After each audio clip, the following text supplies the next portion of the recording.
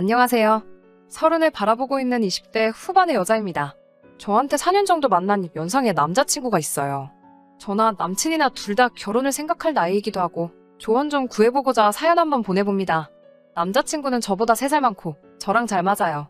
제가 원래 20대 초반에는 한 남자랑 그렇게 오래 만나는 사람이 아니었는데 외적으로도 저의 이상형이기도 하고 저를 배려해주고 같이 있으면 또 그렇게 든든할 때가 없어서 오빠와는 이렇게 길게 연애를 하게 되었습니다.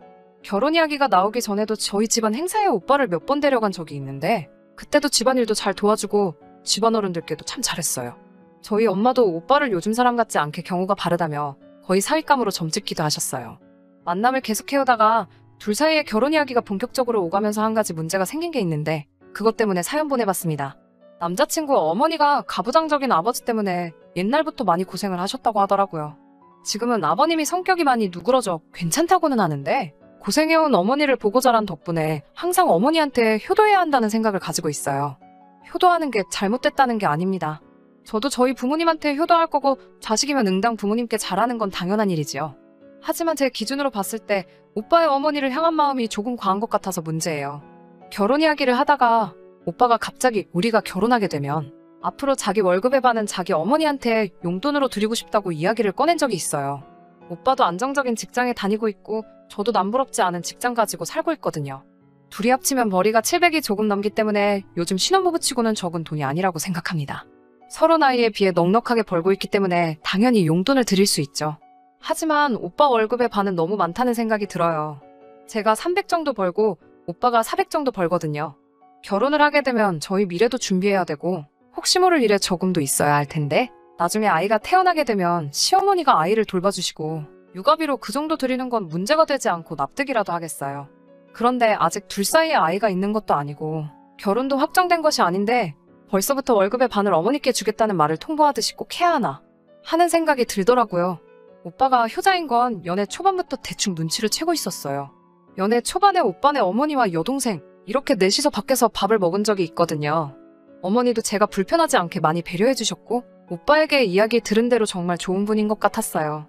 식사가 끝나고 카페로 가서 차나 한잔 마시기로 했는데 카페로 가는 길 내내 오빠는 어머니와 팔짱을 끼고 제 앞에서 걸어가더라고요. 저는 오빠네 여동생이랑 뒤에서 두 사람을 쫓아갔고요. 오빠 여동생하고는 서먹하니 불편하기만 했어요. 둘 다 낯을 가리는 성격이라 그런지 말 꺼내기도 힘들었어요. 뒤에서 그걸 바라보며 조금 속상했던 게 있어서 오빠에게 이야기한 적이 있는데 그게 뭐가 문제냐면서 너야말로 우리 엄마랑 밥 먹으면서 불편해하지 않았냐며 오히려 오빠는 그런 저를 배려해서 어머니와 같이 걷던 거라고 화를 내더라고요. 그리고서는 시어머니 될 사람인데 애교도 없고 그날 자기 여동생도 제가 부침성도 없고 별로였다는 식으로 말해서 그런 게 아니라고 설명하느라 힘들었다고 오히려 저보고 너무했다는 식으로 말을 하더라고요. 그날 처음으로 오빠와 크게 다투었어요. 그 이후에는 자잘한 사건들이지만 오빠가 저보다는 엄마를 더 우선적으로 챙긴다는 생각이 드는 일도 있었습니다. 같이 데이트를 하고 있다가도 어머니가 급체를 하신 것 같다며 데이트 도중에 집으로 돌아간 적도 몇 번 있었어요. 그날 제가 약국까지 따라갔는데 약을 사면서도 심각한 표정으로 안절부절하고 있더라고요. 저와 2주년 기념일 데이트를 하는 날에도 택배가 왔는데 무거워서 어머니 혼자 옮기지 못하고 계신다고 기념일이라고 예약한 레스토랑까지 취소하고 집으로 혼자서 돌아가기도 했어요. 빨리 가서 짐을 옮겨드려야 한다면서요. 저와 오빠를 동시에 아는 사람들도 오빠가 엄청난 효자인 걸 다 알고 있습니다. 언젠가 여럿이서 모인 자리에서 누군가 장난식으로 나중에 어머니랑 저랑 둘 사이에 트러블이 생기면 오빠는 누구 편을 들 거냐고 물어본 적이 있었어요. 오빠는 단 한순간의 고민도 없이 당연히 어머니 편을 들어야지라고 대답을 하더라고요. 오빠가 효자인 거 이해는 하겠는데 서운한 건 어쩔 수가 없더라고요. 어머니가 살아봐야 얼마나 더 사신다고 트러블 생기면 당연히 엄마 편을 들어야 되는 거 아니냐는 이유를 대는데 그 마음은 이해하지만 그 자리에서 그냥 앞에선 엄마 편 들고 뒤에서는 아내 편 들어줘야지 이 정도 대답만 해줬어도 참 고마웠을 텐데 말이에요. 굳이 여러 사람 앞에서 어머니가 우선이고 나는 그 다음이다라는 사실을 밝혔다는 것도 참 부끄러웠어요. 아무튼 이제는 본격적으로 결혼 이야기가 오고 가는 상황인데 자기 월급의 절반을 어머니에게 드려야 한다니 그동안 효자라고만 생각했던 오빠와의 결혼 생활이 현실로 다가오기 시작했지요. 저는 영원히 오빠에게 이순이일 거라는 그 느낌을 지울 수가 없어요. 딸내미 시집간다고 벌써부터 결혼식 때 읽어줄 덕담 쓰고 계시는 저희 어머니께는 아직 이 사실을 말도 못 꺼내고 있어요. 저는 어떻게 하는 게 좋을까요? 여러분들의 조언 한번 들어보고자 이렇게 사연 보내봤습니다. 후기 보내드립니다. 여러분들이 보내주신 의견 잘 보았습니다. 사실 제 주변 지인들도 똑같은 말을 해줬어요.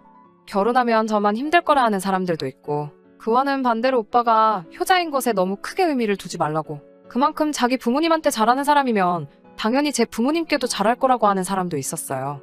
오빠에게는 다시 한번 확인을 해봤어요. 월급의 반을 주고 싶은 마음이 이해는 간다고. 그렇다면 혹시 지금도 그 정도의 돈을 어머니께 드리고 있느냐고 물어봤어요.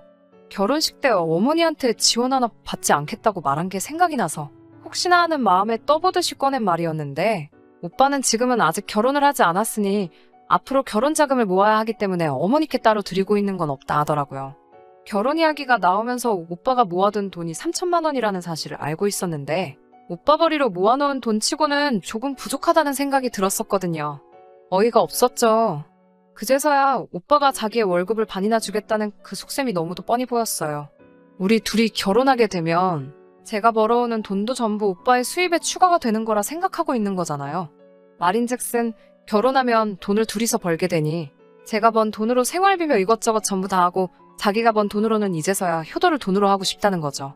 그래서 저도 오빠에게 그러면 나도 결혼을 하고 나면 제가 버는 돈의 반을 저희 부모님께 드리겠다고 했어요. 저희 부모님도 저를 여태까지 키워주셨으니 저도 자식된 도리로 당연히 효도를 하고 싶다고 말했어요. 그랬더니 그건 경우가 다르다고 하네요. 자기는 아들이고 너는 딸이니까 똑같이 하는 건 말도 안 된다고요. 저희 부모님께 효도하는 건 제 친오빠가 하는 거지 제가 하는 게 아니라고요. 저보고 시집을 온다는 말의 뜻을 정확히 이해하고 말을 하라고 하더라고요. 제가 시집을 온다는 건 저는 이제 시댁 식구의 일원이 된다는 뜻이고, 시집을 오는 순간 저는 우리 집에서 출가 외인이 되는 것이니 굳이 제가 나서서 저희 부모님께 효도하는 건 오지랖이라고 말하더라고요. 그리고 제가 그렇게 해버리면 그건 제 오빠 얼굴에 먹칠을 하는 거나 마찬가지라면서요. 자기도 자기 여동생이 결혼하게 되면 여동생의 시부모님 챙기라고 할 것이지 굳이 친정까지 챙기라고 하지 않을 거라고 하면서 부모님께 효도하는 건 아들의 몫이라고 하더군요. 이야기를 계속 해봐야 오빠의 고집을 꺾을 수 없다는 것도 알았고, 그렇다고 저도 오빠한테 계속 질질 끌려다니고 싶지도 않았어요. 왜 내가 힘들게 일해서 번 돈까지 어머님한테 드려야 하냐고. 그럴 바에는 저는 결혼하지 않겠다고 말해줬어요. 오빠는 내가 내 월급의 반을 준다고 했지 누가 너 돈을 준다고 했느냐며 따지더라고요. 여태껏 어머니한테 돈 한 푼 안 주다가 결혼하고 나서 월급의 반을 준다는 소리가 내 돈으로 주겠다는 소리랑 똑같은 거지. 그게 어디가 다르냐고 저도 한마디 했어요. 스스로 그렇게 효자이고 싶으면 진작부터 어머니한테 돈을 드리고 있었어야 하는 게 맞지 않냐고 따지니 아무 말도 하지 못하더라고요. 결혼하려고 모아놓은 돈이 3천만 원이라길래 저는 애초에 원래부터 어머님께 돈을 주고 있는 줄 알았다고 했어요. 친정부모는 부모도 아니냐고, 시집 온다고 시부모님만 챙겨야 한다는 말만 들어도 오빠랑 결혼할 생각이 있다가도 사라진다고, 쓸데없는 말로 사람 현혹시키지 말고 그냥 결혼은 없던 일로 하자고 했어요. 오빠는 저보고 왜 그렇게 돈돈돈거리냐고, 도무지 말이 통하지 않는다고, 이 이야기는 이제 그만하자고 황급히 대화를 끝내려고 하더라고요. 오빠가 그렇게 효자면 그냥 결혼을 안 하는 게 맞다고 말해줬어요. 엄마를 그렇게 챙기고 싶으면 엄마 하나만 챙기는 게 진짜 효자 아니겠냐고. 오빠의 효심은 알겠으니 그 효심 변치 말고 그냥 저랑은 결혼하지 말자고 했습니다. 대놓고 저랑 결혼을 생각하는 게 엄마한테 한 푼이라도 더 주고 싶어서 그러는 거 다 티가 난다고. 그렇게 억지로 결혼해봐야 어머님한테서 오빠를 빼앗는 기분이 드는 것 같아 결혼 못하겠다고. 전 그렇게 결혼하고 싶으면 나 말고 딴 여자 알아보라고 하고 자리를 박차고 나왔어요. 딴 여자한테는 결혼 이야기 나오기 전에 월급 반을 줘야겠다는 사실은 미리 좀 말해주는 게 더 좋을 거라고. 제가 꿀팁을 줬으니 밥값은 오빠가 내라고 말하고 자리를 박차고 뛰쳐나왔습니다. 사실 오빠를 오래 만나오면서 참 좋아했는데 정말 결혼하고 함께 가정을 이루는 것까지 생각했는데 이렇게 헤어지게 되다니 허탈한 마음이 아직도 남아있네요. 얼마 뒤에 오빠한테서 연락이 왔어요. 자기가 잘못 생각했다고 미안하다면서요. 그러고 나서 한다는 말이 자기가 졌다고 제가 버는 돈의 반은 친정부모님한테 드리자는 말을 하네요. 아직도 이해를 못하고 있는 거예요. 끝까지 자기 어머니한테 어떻게든 돈 주고 싶은 생각밖에 없는 거죠.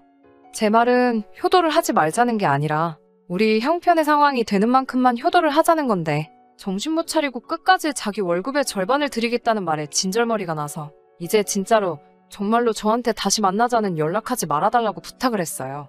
제 사연 보고 어느 분이 남겨주신 댓글이 기억에 남네요. 남의 집 기둥 뽑아서 결혼하는 거 아니라는 말이요. 남자들은 왜 결혼을 하고 나서야 효자가 되는 걸까요? 오빠는 계속 그렇게 엄마의 남자로 있는 것이 저뿐만 아니라 앞으로 오빠를 만날 다른 사람에게도 좋겠다는 생각이 드네요. 끝까지 들어주셔서 감사합니다. 오늘의 사연은 여기까지입니다. 구독과 좋아요, 알람 설정 부탁드리고 더 좋은 사연으로 다시 찾아뵙겠습니다. 감사합니다.